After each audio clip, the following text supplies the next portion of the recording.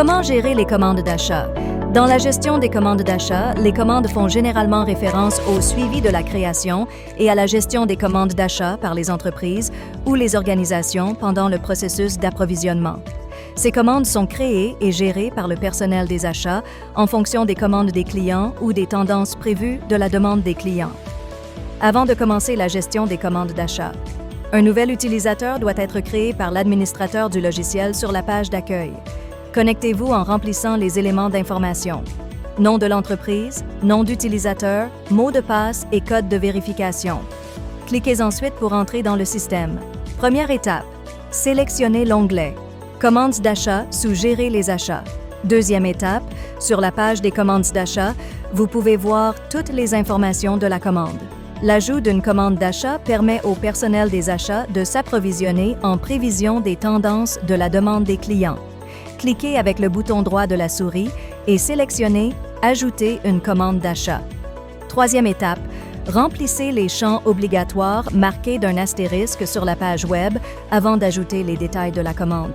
Vous devez choisir la devise et le fournisseur. Étape 4. Il existe deux façons d'ajouter des détails de produits pour ajouter un seul produit. Sélectionnez « Ajouter un article » pour ajouter plusieurs produits. Choisissez « Ajouter plusieurs articles ».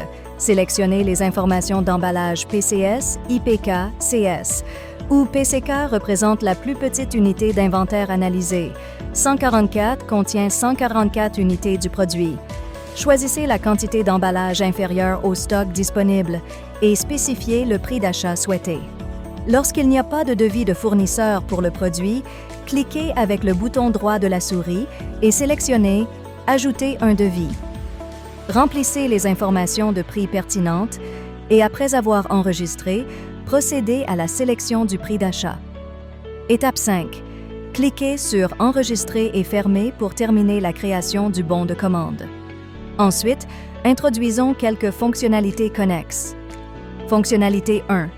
Après avoir créé le bon de commande, il doit être vérifié, une fois confirmé comme étant correct. Cliquez sur « Confirmer le bon de commande », ce qui changera le statut de la commande en préparation.